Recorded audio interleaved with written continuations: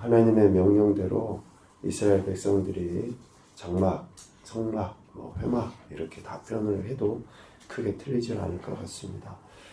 장막을 세우기를 마친 이후에 장막과 그 모든 기구를 기름을 발라서 거룩하게 구별했었죠. 그리고 그날에 이스라엘 지휘관들이 하나님 앞에 헌물을 드렸고 그 드려진 헌물은 레위인들의 손에 맡겨져서 성막을, 회막을 위해서 봉사하는데 쓰이도록 하였다라고 그랬습니다. 그리고 그 이후에 이스라엘 12지파의 지휘관들이 하루 한 사람씩 제단에 봉헌물을 드렸죠.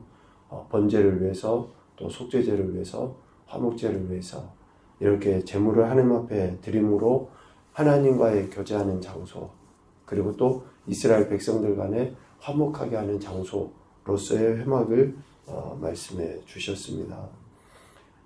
그렇게 하나님의 뜻하신 바대로 회막이 지어져서 이제 이스라엘 백성들이 하나님의 인도하심을 따라 광야의 여정을 걸어가게 되는 그러한 내용이 기록이 되어 있습니다. 9장 1절에 보면 애굽 땅에서 나온 다음의 첫째 달이라고 이야기합니다.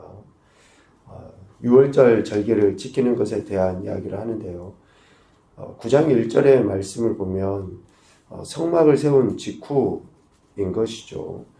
그러니까 인구조사를 하기 직전의 모습을 애굽 땅에서 나온 다음의 첫째 달입니다. 다음의 첫째 달. 2년 1월이죠. 9장에 나온 이 사건이 시간상으로 보면 인구조사를 하기 이전의 모습입니다. 그러니까 민수기 1장의 내용보다 앞선 내용이다라고 할 수 있거든요. 시내산 생활을 한 지 1년 마지막 시기, 그러니까 40년 후 실질적으로 하나님이 이끄시는 모압 평지에 도착하기 그 전의 상태. 그러니까 시간상으로는 앞선데 9장에다가 이렇게 배치해 놓았다라고 하는 것은 그만큼 8장까지의 이야기를 끊지 않기 위해서 하나님께서 이스라엘 백성들에게 그 모든 성막을 만드는 거라든지 그것을 구별하여 세웠던 거라든지 이런 내용들을 기록하고 오늘 9장에 이 부분으로 배치했다라고 보면 될 것 같습니다. 그래서 성막을 세운 날, 즉 성막이 완공되고 하나님께서 그것을 기쁘게 받으셨다라는 그 증거를 나타내 보이기 위해서 성막 위에 구름이 머무는 그 사건을 오늘 집중적으로 이렇게 다루고 있다라고 할 수 있겠습니다. 하나님이 그들과 친히 함께 하셔서 그들의 삶의 중심에 계신다라는 것을 강조해서 나타내 보이기 위한 배치, 배열이라고 봐도 틀리지는 않을 것 같습니다. 그래서 오늘 우리가 읽은 9장 15절 이하의 그런 말씀을 통해서 하나님이 이스라엘과 함께 하신다라는 것을 지금 강조하고 있는 거예요. 그 함께 하심이 어디에서든지죠. 광야에서든지 또 이전에 애굽에서 생활할 때이든지 또 애굽에서 나오는 그 과정이든지 그런 모든 상황 가운데 하나님이 함께 하셨다라는 것을 이스라엘 백성들에게 깨우치기 위하여 그것도 가시적으로 보이기 위하여 오늘 사건을 이렇게 기록을 하고 있는데요. 16절에 보면 항상 그러하여 라는 단어를 쓰고 있습니다. 하나님의 함께 하심이 항상 그러했다 라고 이야기합니다.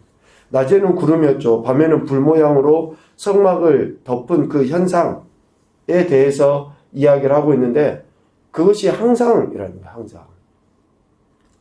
실질적으로 하나님은 침 삼킬 동안도 우리를 놓지 아니하신다고 그러잖아요.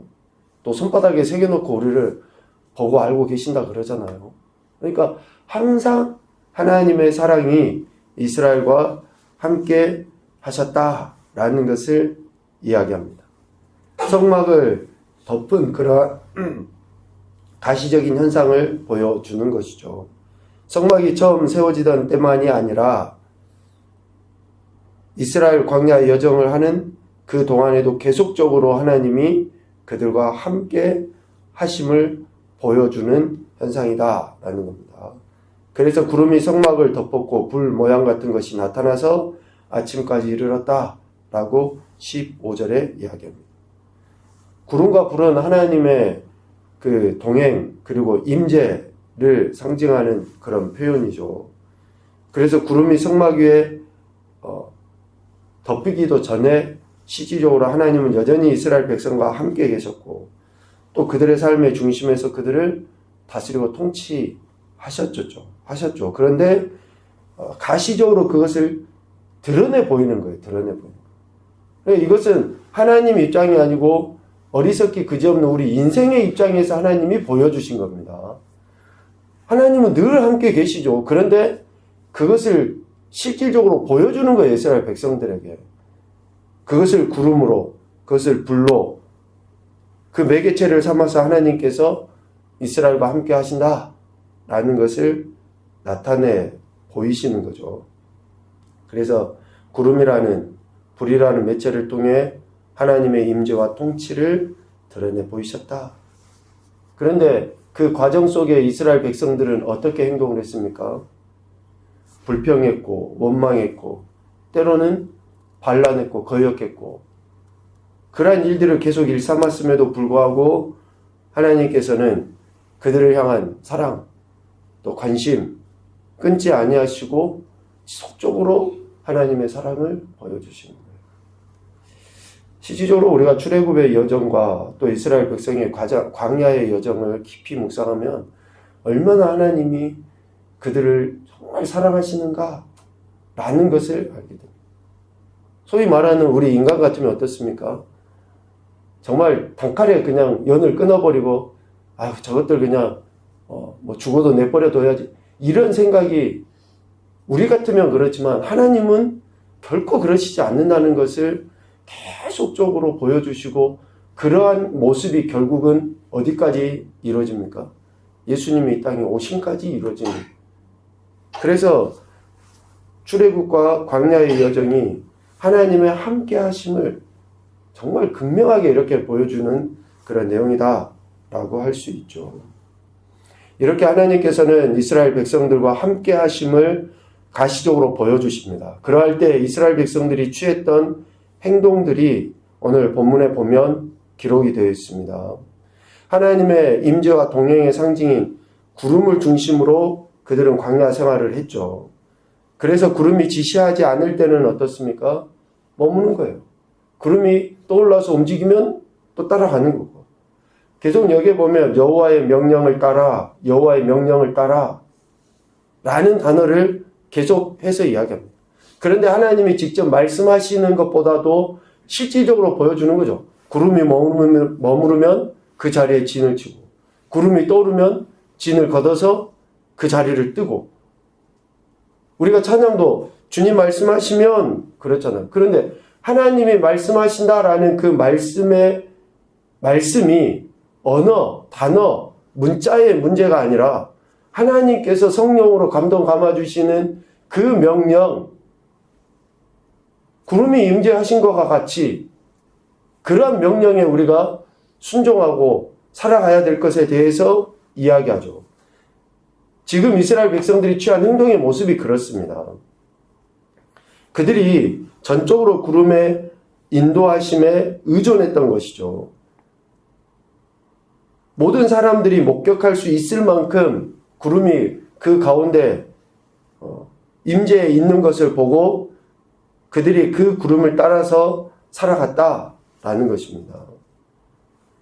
여기에서도 우리가 생각해 볼 것이 있죠.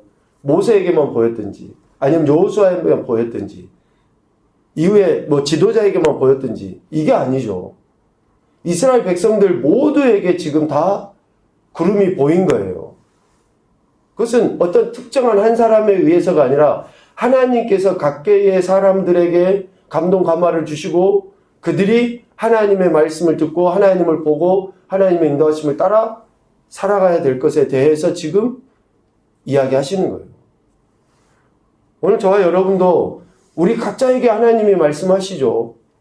지금 이 이야기를 듣는데도 우리는 각자의 음성으로 들어요. 나의 상황, 나의 처지, 내 상태에 따라서 듣게 되어 있습니다.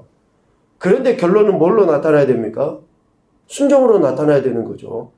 각기의 모습은 다 다르고 상황은 다 달라서 다른 표현으로 들릴지는 모르지만 결국은 하나님이 우리를 이끄시고자 하는 대로의 순종의 모습으로 나타나야 한다라는 것을 이야기하는 것입니다.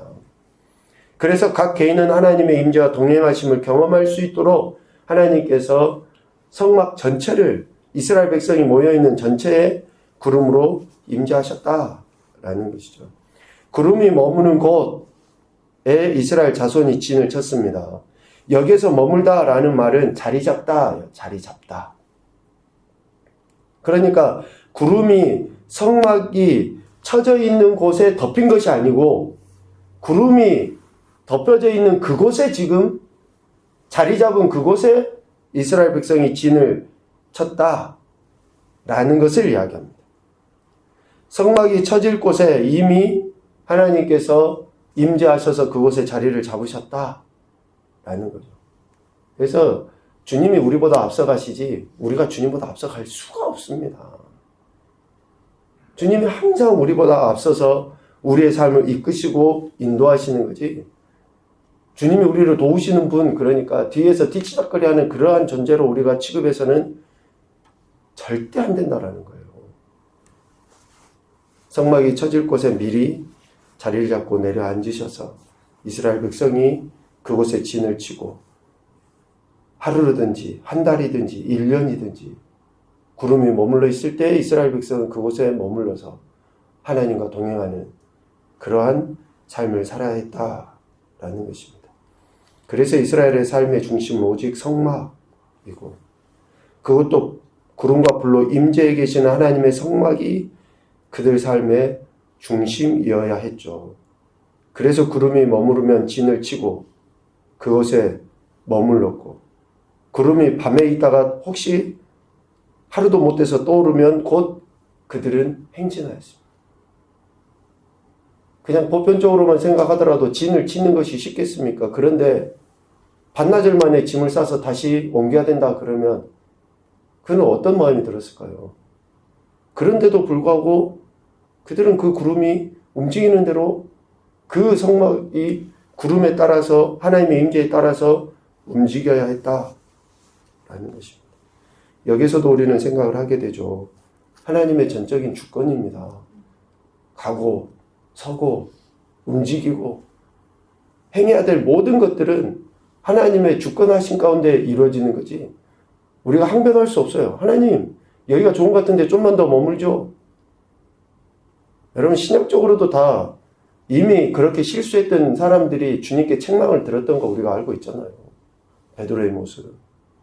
그러니까 우리가 항변하는 것이 아니라 우리는 올곧이 주님이 임재하시고 주님이 말씀하신 그 뜻대로 우리는 가고 서고 살고 하는 것들대로 살아가면 되는 거예요. 그것이 우리 인생이 보여야 될 하나님 앞에서의 태도고 지금 이스라엘 백성이 구름과 불의 임재하심 속에 하나님이 역사하시는 것에 대한 그들이 취했던 행동이라고 할 수 있습니다. 교훈을 생각을 해보겠습니다. 첫째, 하나님의 이스라엘을 향한 사랑, 곧 함께 하심은 항상이다. 하나님의 사랑, 함께 하심은 항상이다. 절대 변하지 않습니다. 상황이 좋지 않으면 우리는 하나님이 변하셨는가 생각하지만 그것 또한 우리를 사랑하셔서 연단하시고 더 우리를 굳건한 믿음 위에 서게 하시도록 하기 위한 하나님의 사랑의 표현입니다. 그래서 항상입니다. 두 번째, 가시적으로 드러나 보여진 하나님의 사랑을 경험하며 살아가자.